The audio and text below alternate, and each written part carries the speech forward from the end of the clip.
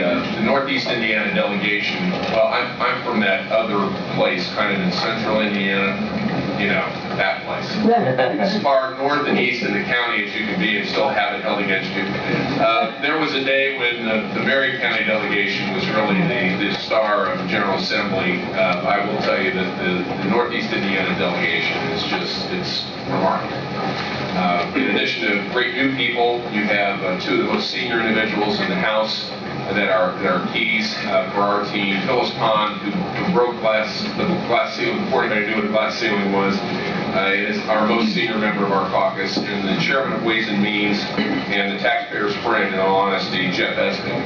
I couldn't be more thrilled that Jeff is the chairman of the Ways and Means Committee in these very difficult times. And I know if you want money, he may spit when you say his name, but if you pay taxes, which is all of us in this room as well, he has truly been the taxpayer's friend in his legislative career, which is extensive, as he tells us. With that, I'd be very pleased to turn the discussion to, oh, I have one other thing.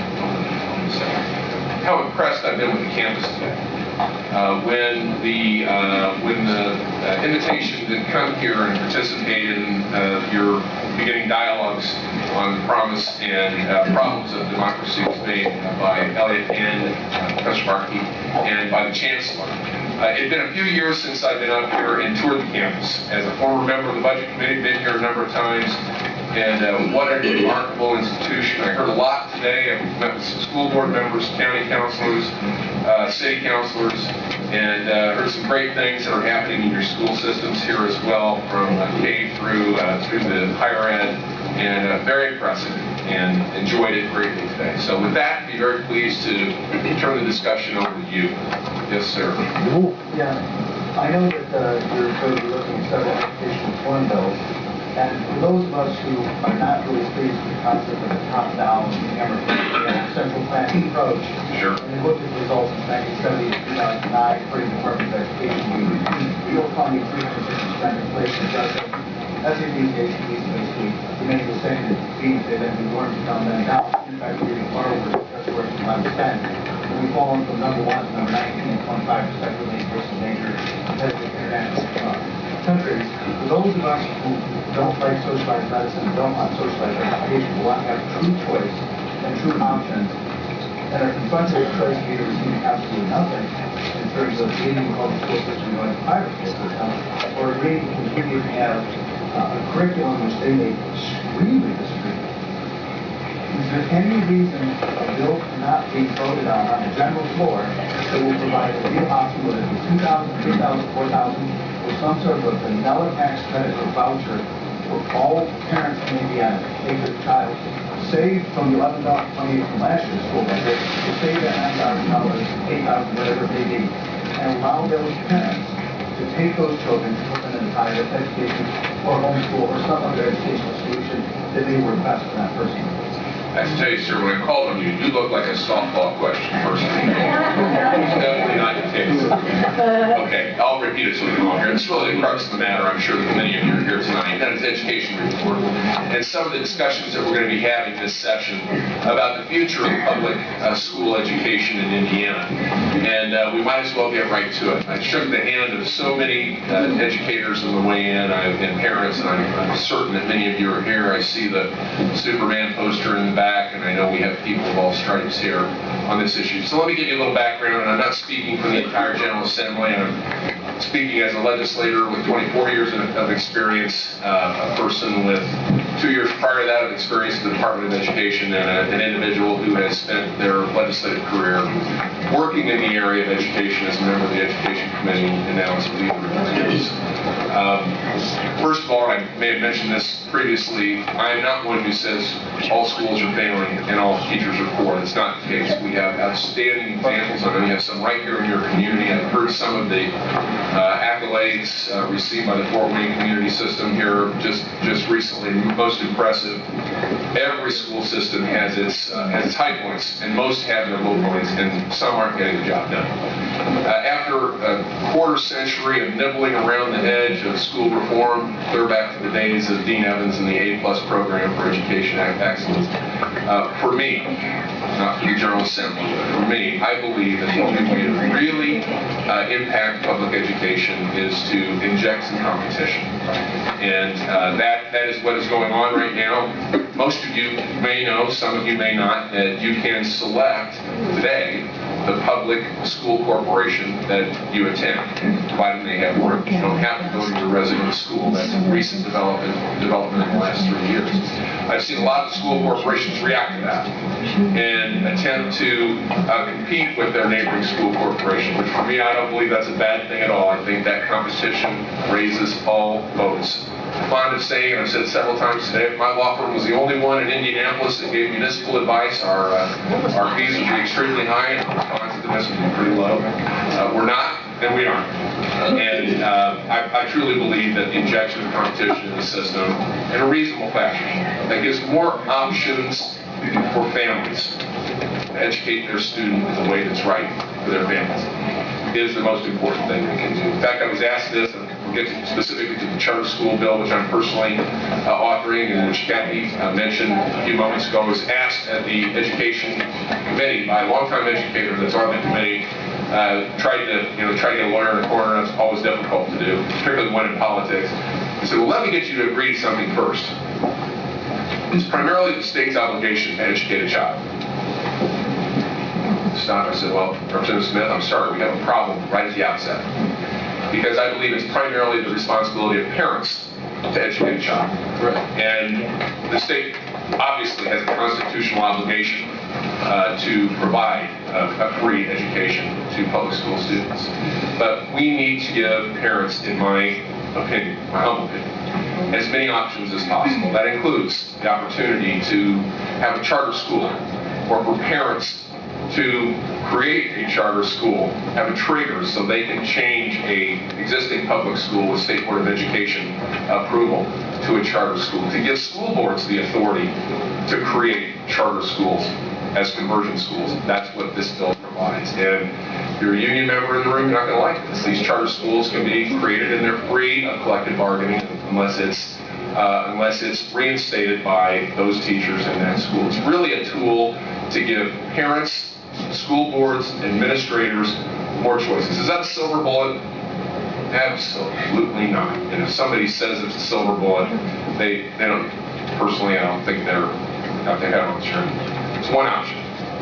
Another option we're talking about this session is kind of the nuclear option that you've referred to, is to give folks, especially families with limited means, not everyone, but families with limited means, the ability to get a portion of the funding that would be paid for them at their local public school, if they've been in that public school for the last year, and take it to a school of choice. That's been introduced. Some would call it vouchers. It's a scholarship. It's means tested. It's not for every family. It's for those. Right now, you can get a partial scholarship, even if you're of a higher income, but it's focused on folks that are at the free and reduced lunch level program, which is 180% of poverty. They would be able to take 90% of their local school corporation ADM and take it to a school of choice. That bill's not been heard in the Education Committee yet. They've already warned Kathy to wear her Kevlar that day because it's fighting words for some folks. But it's time for the discussion about how we address the issue. And I'd be happy to go into other details on the charter school, but I'm going to let somebody else ask the questions.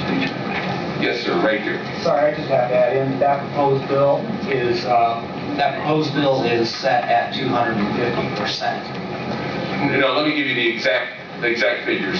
You get 90% of your local ADM, the amount that would be spent in your local school, if you're at the free and reduced lunch level. If you are 200% of the free and reduced lunch level, and for a family of 4, I think that's around $60,000, you could get 50% of what you would get at your local public school.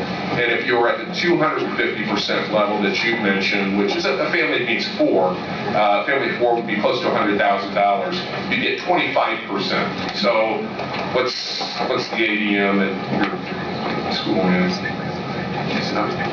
7,000. So the family that you're referring to would get 25% of $7,000 or $1,750.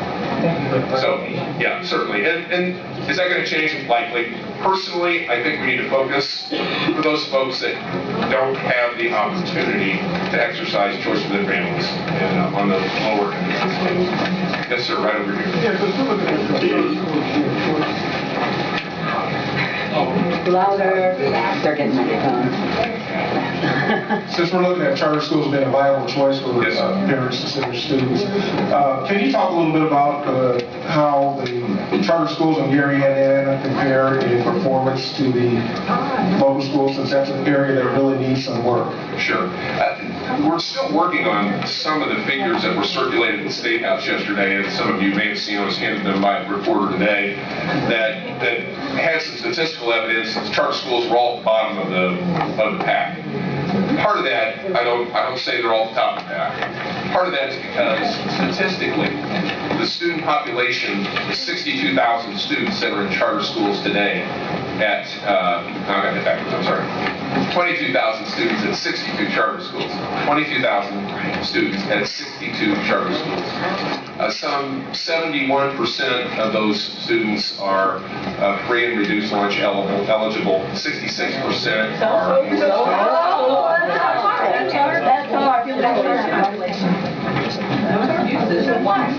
So what? I'm just stating for you that they're taking some of the most disadvantaged students and working with them. Now, let me, you know what? I can't give you just the statistics for Gary now. Now let me give you a few other statistics. Charter schools constitute 2% of the schools in the state. Of the 100 most improved schools by the DOE, 22 of those are charters. Of the top 10 most improved schools, according to the DOE, 5 of them are charters. So, silver bullet, no. Option for parents, for certain students, I believe so. Had a discussion with a young lady back here who felt that her son, who has severe disabilities, would not be served by expansion of charter schools. In fact, the mayor of Indianapolis announced yesterday his desire to establish a charter school specifically for severely disabled students. So there's a lot of options here, a lot of different opportunities, and I guess my question is, for folks who really oppose this expansion of charter schools, for public schools with public school students in it, what are we afraid of? Why are we limiting them in Indiana when so many other states are giving the opportunity to pursue this reform and are having success with it in most cases? Mark, would you like to speak? Thank you, Mr. Speaker, and welcome to Fort Wayne. Glad to have you here. Nice discussion with you earlier. With your brother and your father. We had a discussion about both of our fathers' mutual service in World War II and how much we miss them both. We do. Thank you very much for acknowledging my dad. I am somebody who is very much opposed to the expansion of charters, and I'd like to explain why. This debate could, really go long, and that wouldn't be fair to everybody else. So I'm going to limit my points. First of all, we have to be real careful with the use of statistics, as you know, and absolutely, as a lawyer, you know that the statistics you just cited reference districts, and charter schools, in essence, are their own districts. So they were included. They reference schools, the ones I cited. Well, yeah, okay. But what I want to get to is that the biggest threat to educating kids the way all of us want them educated is failing to get to them soon enough. We've had a real struggle finding the money to provide full-day kindergarten. And until Indiana takes itself off the horrible list of 9 states that does not fund early childhood education, we will continue to struggle